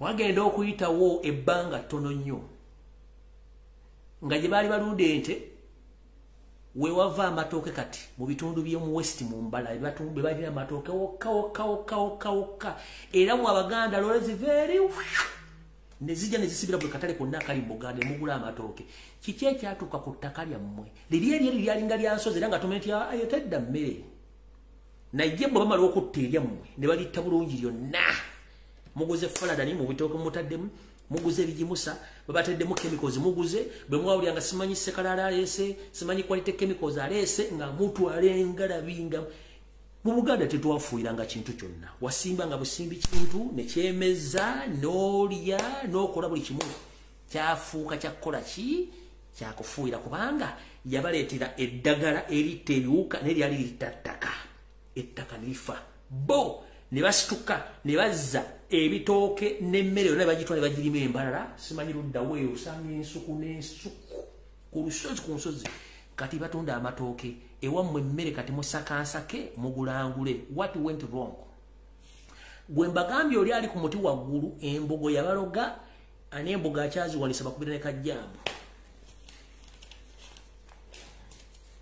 ekyo bwe yalaba tekimumalidde munnange n'abagamba nti obwavu bungi nnyo ngenda batirawo entandikwa kisamba mugerwa ani yagulamu wadde akagaali kasewajjibwa ku ntandikwa oba wazimbamu ennyumba njagala mudagayo mugagga omu nga product ya ntandikwa emuvuddeko tugenze ku bonna bagaggawale njagala omuntu omwambulyeyo omugagga omu mu Buganda nga yagaggawalira mu bonna bagaggawale obanga alina dde enkoko ebikejji eziriza nga lya nkoko lyava mu bonna bagaggawale tuba tulyawo ne bakuleetera simanyi niigina oyo naye naayita tuba tulyawo bakuleetera wealth creation naye naayita lubadde tulibusa ne bakuleetera parish model naye naayita era babireeta mu Buganda wokka ewala nga tebiriiyo naye temuggula maaso era mudda ku Kyagulanyi muvuma kumbe mweyiwa amanda mu mbugo kale munnange ngera bagamba nti atalo kutambulira kusibira ya menvu omukulu eyita Dr. Special zawandira kazibuuli otya jebale mama munnange bufumbo bwali na mwandu wa kuno atalina mirimu mu biseera wali vice president ekiwasinga okukola kwe kubba ssente z'ebidiba ebyali by'okusimibwa amazzi ente mwe zinanywa n'ogenda ozimba mu hostero eri ku Saapolo koganga okkirira agenda ebwayise sente z'eggwanga nakulabye munnango zize ku social media ku TV bakujjako interview nga bakubuuza ku kiki entabako yavudde abaana b'essomero abalidde obutwa n'ogamba nti kintu kyangu nnyo akatungulu n'ennyaanya bisikiriza nnyo obuwuka obuleeta food poisoning naye nga ogaba wasomoli dokita mama specials wendera kazibwa naye manyi n'okumanya nti wafa naye bwobanga okyaliyo naye ng'okyalowooza ng'omwana wa pitu neewuunya kale njagala kuobaka buno obudde bulungi obuwule bulungi nnyo kansooke nzannye ka vidiyoko kano ndyoke nkubuulire ebyange n'omusawo mwakubuulire tukooye okumanyira bannayuganda nga mwefula nti mwasoma naye ng'okusoma mwayita buyisi temwasoma temutubuulirangako Dr. Special yanzekanda eddwaliro ejjanjaliramu abantu tuli ludda wa Dr. Wandera Nayigaga kazibwe bufumbwa bwalema eyayigiriza abakazi okuba ku ngufu n'okuleeta omwenkanonkano era nga bamusize n'okuliyetinga ennamba y'abakazi abavudde mu bufumbo nga balemeddwe obufumbo simanyi mwaleeta simanyani mwaleeta simanyi omwenkanonkano nga mugamuga abakazi mwenkanonkano guli ludda wa mwe musinze gwe kennyini amafuko gakulema wava mugenda okukola nga buli bw'omusajja bamusaba munagwe ekiro simanyi ogenze ku state of emergency Yoseri n'akujja ekiwojjola amaka ne gafa omusajja ne mwawukana n'abaana b'omusajja n'obagana ogenda okwanjira wa kitaabwe naye tukimanyi nti Yoseri akozesa nnyo abantu batulooza nti bagezi ne basiriwala twakunyumire ne tugamba bwe nti amasomero gano gagwa mu industrial catering tebafumba mmere bagitereka mu industrial catering tufumba according to numbers era emmere tufumba y'abantu abo bagenda ogirya ku namba yaabwe era bwe gwa tufumba endala ku makya bakenda bafumba emmere nga ya saa 7 bwe ziwera saa 8 nga baze okulya ne bafumba ey'olweggulo gye bagenda okulya ku saa 12 tesulawo kati gwatandise ku nyambo zitakwatagana busimanyi abaana waliwo omwana yaleese obutwa oba simanyi ebijanjalo biteekamu ennyaanya ate bisobola okukozinga food poisoning njala kubuuza mukyala mukulu dokita eyita dokita gwe mu kusoma kuba kuffe tuli wano okutegeeza abantu bwe muyita nti baasoma twagala bategeeza ne bwogenda kugolola Moses bakugo noonoonyereza emigaso gy'akatungulu maama kwata essimu yo nga nvudde ku layini wano ogenda onoonyereza omugaso gw'akatungulu era akatungulu kakola mulimu ki akatungulu kakola nga antibiotic kagoba oba katta obuwuka kati gwe ogamba nti akatungulu bukagatta n'ennyaanya kasobola okukozinga bacteria mu mbere n'aviirako okusesema kw'abaana ne bafa wavudde n'oga nti abaana tebannafaako wadde n'omutu wali yafudde mama kuba temuli wo gwazaala n'okamiza olira nga nte yanusuula wazaala n'okamiza abo baakula kati ababa nombo tewali yafudde okuba nti gavumenti yaganye fulumya mawulire headmaster mwamuganye okwogera golowooza nti abaana bonna mu ssomero lyonna bawero lukaaga bonna abafunye obuzibu ne bibiri bonna obutungulu n'ennyaanya ze zaabase oba abafudde kaleero tugamba 13 abafudde butungulu n'ennyaanya babase kati mama njala kutegeeza kansooke nzannye ka video kana abantu bakulabe ndyoke nkuwerevuyo n'omusawo munno akunnyonnyole ka video kaakala bataakalabye omukyalo no ng'akinnamba kawulira abantu ababeera abangi nga mu ssomero ery'ekisulo emmere efumbibwa emmere eyo ne we tubeera ffe mu maka gaffe ng'ebijanjaalo oga nti kambifumba eggolo limu nzija kukola ki kubibugumyako enkeera tulyeko ekyemisana n'ekyeggolo ate era ebyenkeera mbireke ku kyoto nneme kutwala nku nnyingi kaakati waliyo obuwuka bwe tuyita bacteria bwagala nnyo awali emmere ezimbo emibiri omubiri proteins butambula buli wamu naye oluusi wabeerawo obutabeera nti abantu bafuddeyo nnyo naye usually mu masomero si bwe kiri kubanga ne mu maka gaffe ofumba ekijanjaalo bulungi n'okireka awo ate bwe kiba kirimu ennyaanya n'obutungulu awo obuzibu ne bujjira ddala kubanga akatungulu kasika nnyo bacteria akatungulu abantu bagamba nnyaanya naye katungulu ke kasinga okusika bacteria nga sinagenda wala nsaba omuntu omuuso okuve ku layini eno ogende oteekemu onoonyereze ku katungulu omugaso gw'akatungulu era akatungulu kakola ki genda ku simu awo soko nga sinna kuwa kyange genda ku simu yo gendo tekemu the benefits of raw onion. Kubanga katungu ndobo kafumbyo kasigade nga kabisi kaina omugaso gwegumu mmere gakolanga kabisi era gakolanga kachi nga kachi kafumbe kati njagala kwate simu wano nga sinazanya video jongera soko nonyeza omugaso gwa katungulu omanyi bana abantu bayita ba intellectuals mbu basoma bwogamba nti akatungulu bacteria zetanira nya akatungulu mama wasomera luddawa tobanga wasomera nawe ku nassa special wandira tobanga wasomera ku nassa road akatungulu bacteria zetanira nya akatungulu are you sure bane munyangwiri omujja kesimu ogende kugola Moses obuze ekibuzo kimu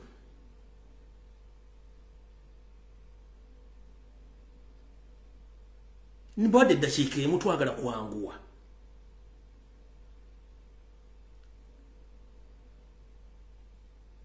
onampade chimuti it reduces high blood pressure oli mutufu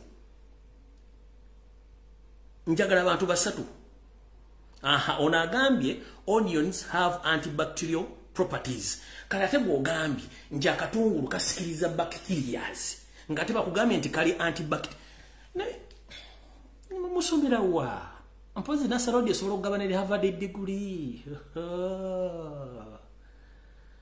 nasarodi naye esobola okugaba degree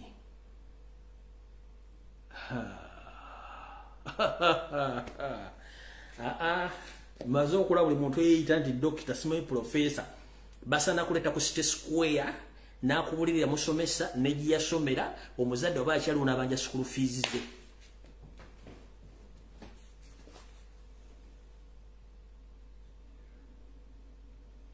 kamaleo video njoke mulitazanya no dokita munnamu nnyonnyole tugenze maaso kati ennyanya eno eteekamu sukali ereeta amaanyi mu kabakitiriya ako okukula speed naye nga ekireetera emmere okwonooneka akatungulu ako emmere ekijanjalo ekitaliimu katungulu na nnyanya ekyonooneka mangu era abazadde tulino kimanya nti boddira omwana wo n'omukwasa headmaster yaba afuuse kitaawe oba nnyina bw'abeera omukyala kaakati tulina okuteeka trust oba okukkiriza nti abantu kye bakola bakimanyi naye bwe tuvaayo ffenna ne tujja ab'amawulire ne muwandiika abaana bafudde nga tewali na mwana afudde ng'ate ekisaana okukolebwa kyekyo ekyakoleddwa. It doesn't mean somebody brought poison or arsenic, which is a poison, and put it in the food. No. It is a natural phenomenon where proteins attract bacteria. And when they attract bacteria, and the food is not reheated to a temperature which will kill the bacteria, when you eat it, you become like a dish where bacteria are being nurtured inside you, and that is inside your gut, and they multiply. The way the body deals with that is for you to vomit or to have diarrhea. That is what happened in this school. Dr. Space yawandira kaziwe nayigaga. Mu boarding schools tebalina budde buwoominga mmere kuba tebaleka mmere ya mawulu tebaawo. Dr. Specioza nayigaga wandira kaziwe. In boarding schools there is no time for warming food. They eat fresh food. Nchidam mu masomero ga boarding school tebalina budde buwoominga mmere ya mawulu teriyo bafumbe mmere according to number of the students era bafumbe mu lunaku bafumbe mmere ya mirundi ebiri bagitandika ku macha gye bagenda okulya ku saa 7 ne gye batandika ku mundana gye bagenda okulya ku saa 12 tebayinda budde bugumya mmere mwasoma naye temwayiga kali kankubulira ko wano katunga sinazanya ddoboozi lya musawo ekibuuzo kibuuzizza which is more effective, onion and garlic due to its antibacterial and antifungal antiviral properties. Garlic is known to reduce inflammation and lower high blood pressure. Together mass.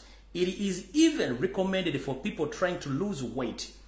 Onions on other sides, or onion on other hand, removes toxins.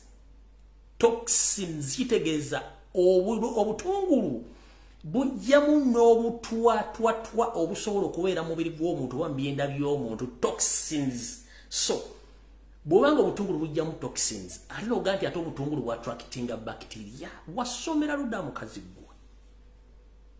Siri musawo, bino binene kugolola Moses ku biri osobola bifuna, oyinza ogamba mbu yayogera ng'omusawo, siri musawo. Bino waliwo ebintu bye tumanyi nti naffe bw'olya akatungulu oba ne ssenyiga n'ekifuba, akatungulu kasala ku akatungulu wakola nga ati bacteria kati ne bana basajja bas. Uganda sana baje kubanyukiriya bomb fa bali bwero ntumala ntudevu zintu zala abantu kuba abantu bali bonna basinga obungi bafu. Esana mukama naji kuba obani baleta musisi nani bajizinga ko buzinzi buli ali. Yomo na afira mu baleta mu abantu abapya.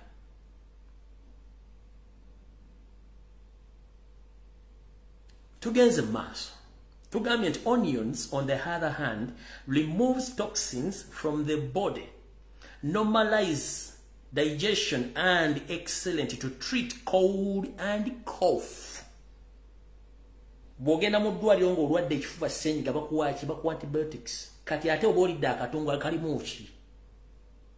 Kati gugembwa akatungulu ka. Kankuzanyira omusawo bino ebigambo si byange. Mukama wange nkulamusizzaako.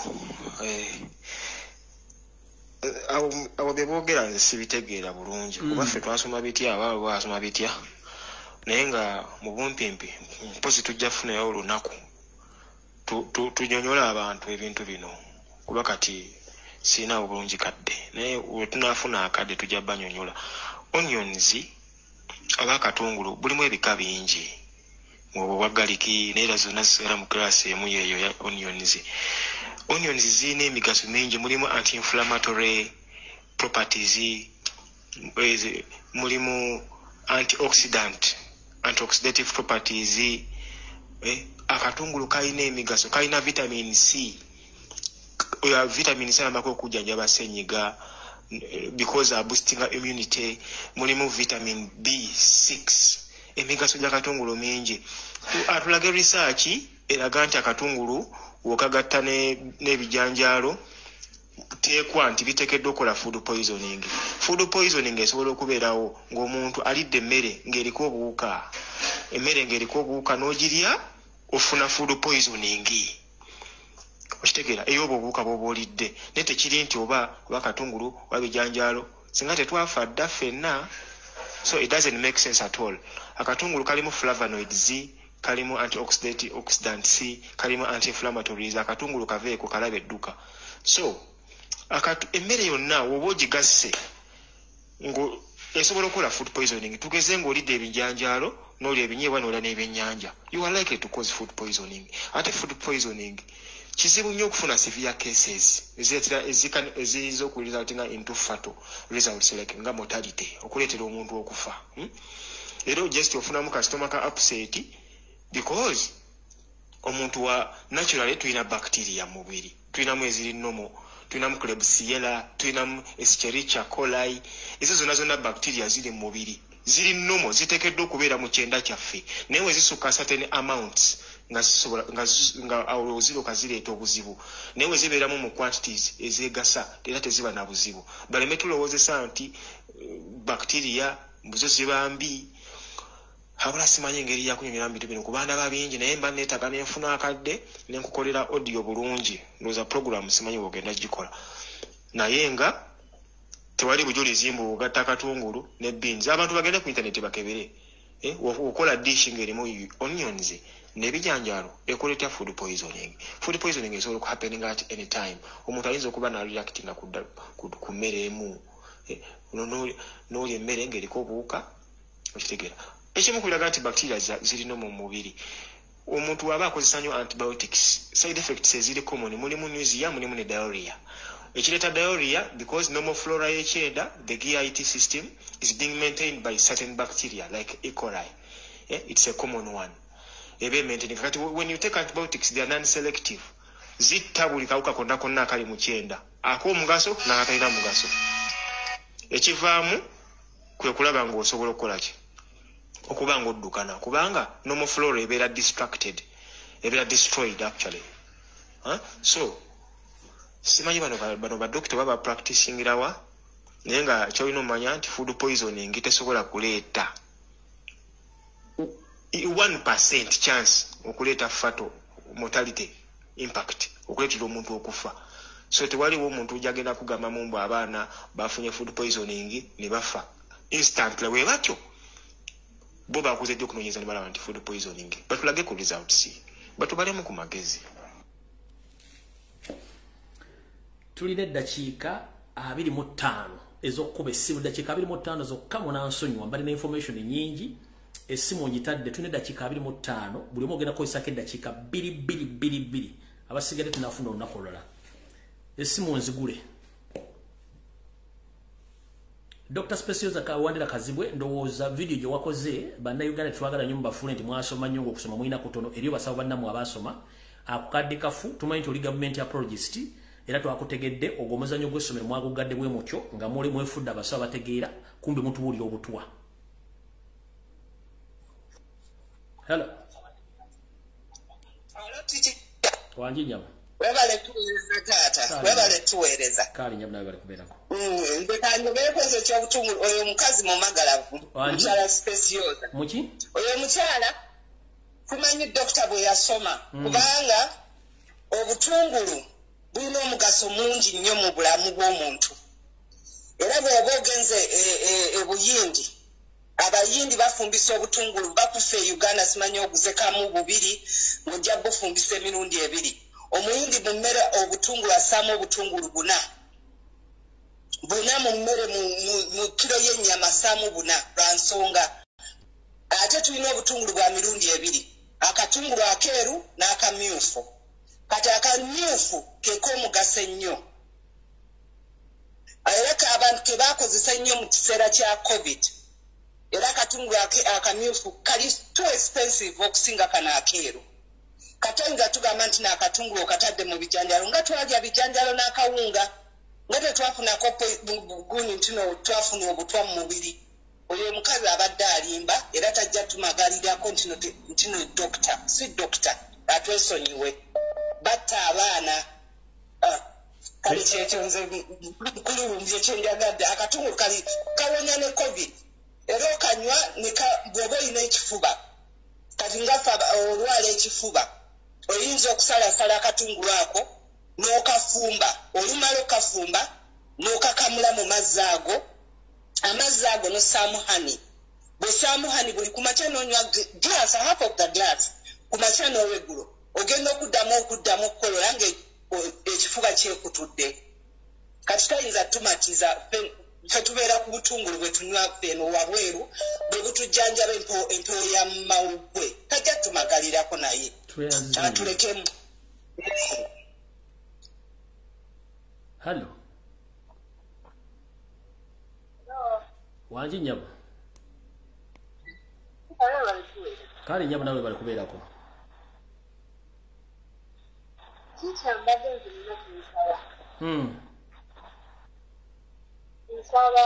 Nsaba bafe. Osaba ki? Nsaba bafe bene.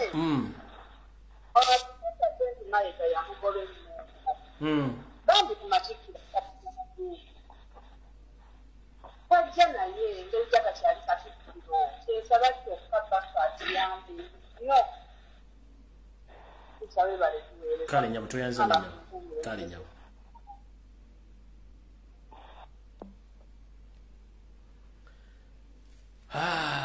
Abali mu gavumenti ya Museveni mutulaze nti n'okusoma tekukyalina mugaso. Yaliko vice president nojja nowa statement enfu kubanga mukimanyi bannayuganda tebasobola kweyogerako. Gunojja nowa statement enfu ku mawulire kubanga goza tebasobola kukola search wadde okunoonyereza. Mutumanyidde embwa mmwe.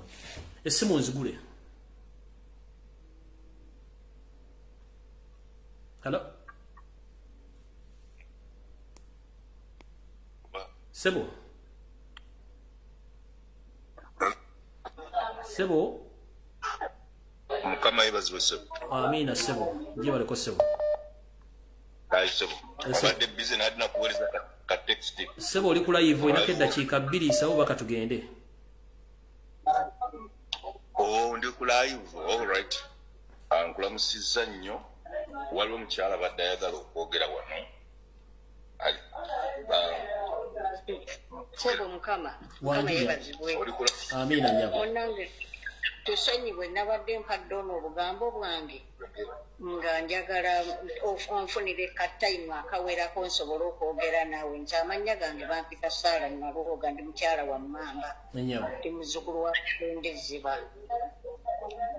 maama wange wa Lugave naye ebyo ndibikubuulira naye njagala onfunireyo kataimu nsobole okwogera naawe okubuulira olunaku n'akasaawa nsobole okwogera naye nkubuulira ebyafaayo kale mama okuva ku mulembe gwa Kamyowo mu bitooke enyabo entandikwa ya Kabaka yekka enkiiko ezaali Kenya mulimu ekizaire Kenya enyabo abawo abaafa abaana abaava mu nsiko ne Museveni abaali mu palamenti ne batwala essooti bonna ne baggwawo nja kukubuulira. Amina nyabo. Nina bingi nno kuba ndi bamwanzaala Luweero. Kale mama nja kufunira olunaku wiiki ejja kkubira essimu ensonga zino zitegeeza eggwanga. Njagala kusooka kwogera naawe. Kale bwe nnaava ku live kuno nja kukontakitinga enkya twogere. Kubanga saagala kumala ate gabisaasaanya mu ggwanga. Kale nyabo. Sinnaba kumala kubikubuulira. Kale nyabo. Kale Mukama akunkuumire. Webale nnyo Sebo bali ddala. Kale Sebo. Ekyoje baleko Sebo. Kale nyabo naawe gye baleko. Kale Sebo. Ticha Lumbuye ngenda sooka okwogerako n'oli omusajja eyeefuula omusawo n'avaayo n'agamba bunna abaana baali asimanye emmere etali nsaanikire ffe twakulira mu kyalo. Ticha Lumbuye ng'osobola okulya emmere n'ogirekawo n'ogenda n'ogikweka ne wansi w'ekitanda n'ogenda n'ozannya n'okumawo nga tonaabye engalo n'okwata emmere eyo n'ogirya naye tetwalwalako. Ne tumala neno gyennyini ku ddungu gye tuli osobola okugenda n'otereka emmere mu budrop eyo gye tutereka ebintu n'ovaayo n'ogirya naye nga tetufangako. Deni n'ekirala oyo omukyala ayogedde ku ky'obutungulu. Eno tukwata blend ne tukuba blender 3 ez'obutungulu ne tubufumba ng'enva ne tuzirya naye nga tetufunangako bulwadde. Bino ebinyarwanda birowooza mbuno buli muntu bigenda musiruwaza. Birowooza nti n'ensi byagifuula byayo ne woogamba nti no birina kawo mentality ekituufu kuba engeri gye byamanyirira okubeera mu obusa bwabisiruwaza obwongo. Bane tulabye n'embwa ezo gasiyo oba Katonda alabika yabikyawa n'obikyawa abitya n'obitwala.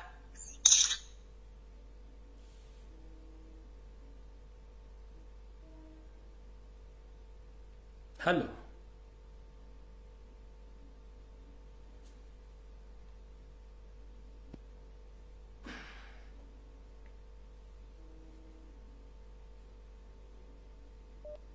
Hello. Hello.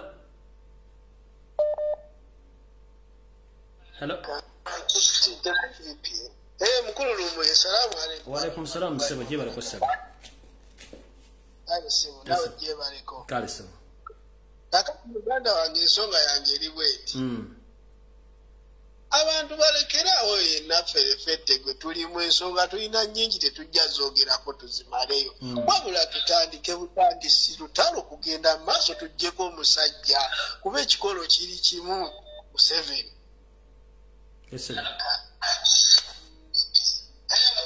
Ekitegedde muganda wange. Kubanga ebyo byonna netubyogera tebirina kye bigenda kukola nga tetuggyeko musajja bannange mumpulirizeeko. Tulumba olunaku lumu tweweeye kiggwe abagwa bagwe ebisigadde tulibiraba oluvannyuma. Era tunayogera nti kino kiri no pansi eryemu buli omu kati alina obulumi. Ebyo ebyange muganda wange. Kale tweyanzanye Sebo. Hello.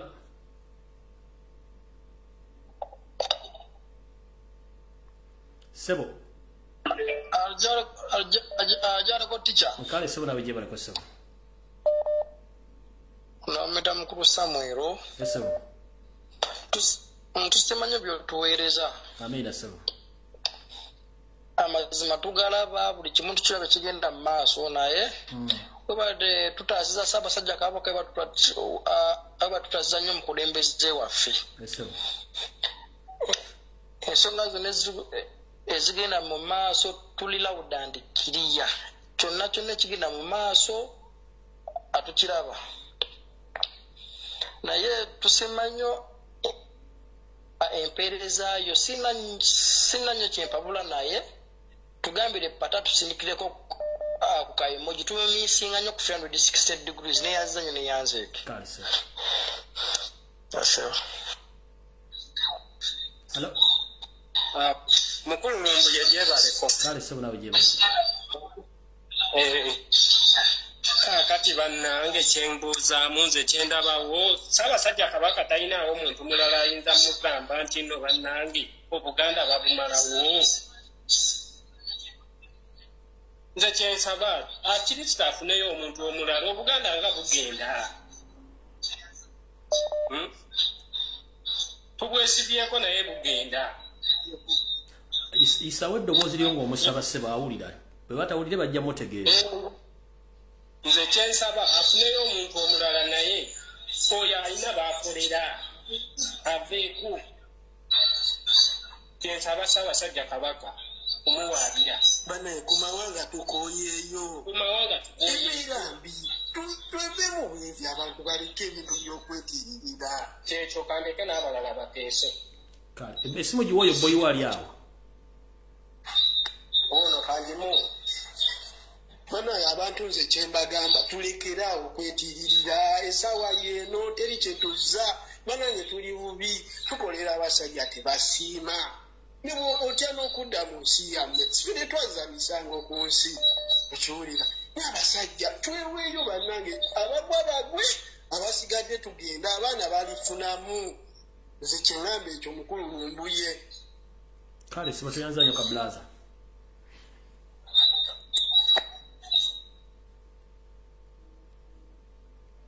Hello.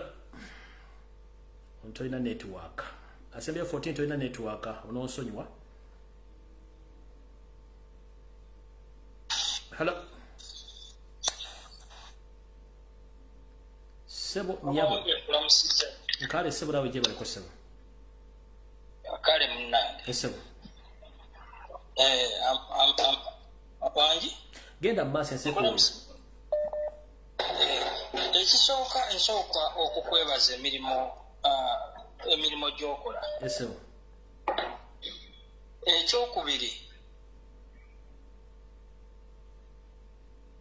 Ekyokubiri nakubuuza dda teacher nembuuza pulezidenti waliwo enteekateeka gy'alina okukola nga eri personal nga ye nga yakitegeera.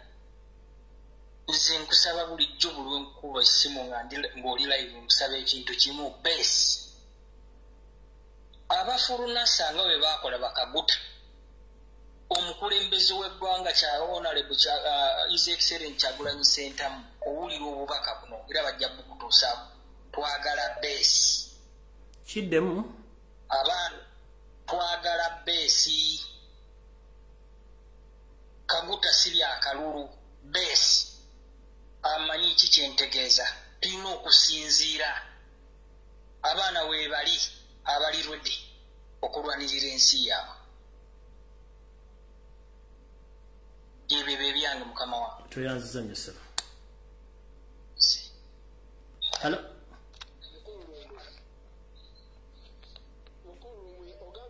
Ssaabasajja awulira. Yes sebo. Ssaabasajja waffe w'abantu si wa lubiri si bwe kiri eri mu lubiri gyakuumibwa. Yes sebo. Ssaabasajja ajje live nga bw'akyalako eri abantu bw'aba akyaddeko eri abantu twayogere bwogezi nti Katikkiro twamugoba kimala nawe bennyini abamukuumye obuŋuumi obumundu ekyabwe kijja kuba kiwedde awo. Damu statement eyo. Ssaabasajja Kabaka waffa abantu waffa Abaganda bw'aba akyaddeko eri Obuganda oba agambe bugambi nti Katikkiro namuggyako obukulu yeesibye wano kimala omukono tujja gutambuza ekiriddako laba salama. Otegerekese bulungi nnyo ssebo. Atuyambe buya Buganda agambe bantu bange sikyasobola kwogera kigambo ekyo n'olwakasajja kano tenagoba tetukwate ekintu maaso kimala. Kale ssebo. Otegerekese. Kuba bulumi tulina bungi muganda wa.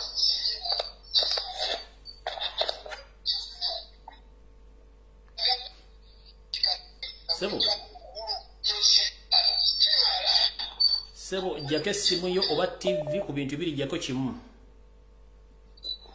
Kale sebo.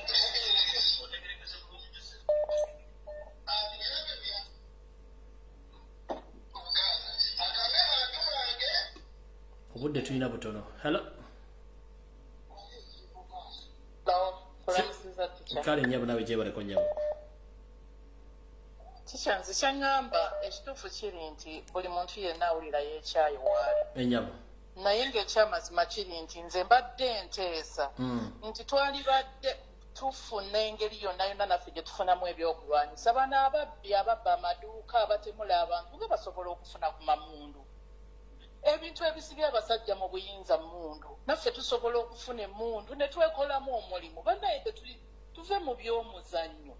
Kino ekintu tugenda kukyogerako mwaka ku mwaka guggweko nga tukyali ku nsonga y'emu. Tufune emundu abagenda okutemula abantu bazipangisa sirowooza nti azigenda okulwanirira eggwanga lyaffe zisobola okubula. Naffe tutandike okwerwanako bano abantu batuviire mu nsi yaffe. Nze yenteesa yange senna twekyawa nze tikya neekyawa kyawadda tuli ku mawanga tulinga abatalina buvona buddo bane tubeeko kyetukola tuli kuki nze kyekiteeso kyange byonna tubyogera naye tikyansanyusa okuwuliza nange bwe ntyo gwakusembayo nfundikire programu eno. Nja kwanguya nnyo nze bampita Joeliya ndi eno lwakitula. Meseji yange njagala egende ew'omwami Mayiga. Ntaddeko ekigambo omwami kubanga aliko obusajja.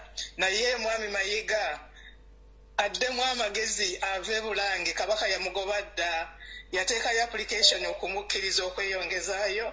Emyezi 9 tebamuddangamu ekitegeeza nti Kabaka yamugoba.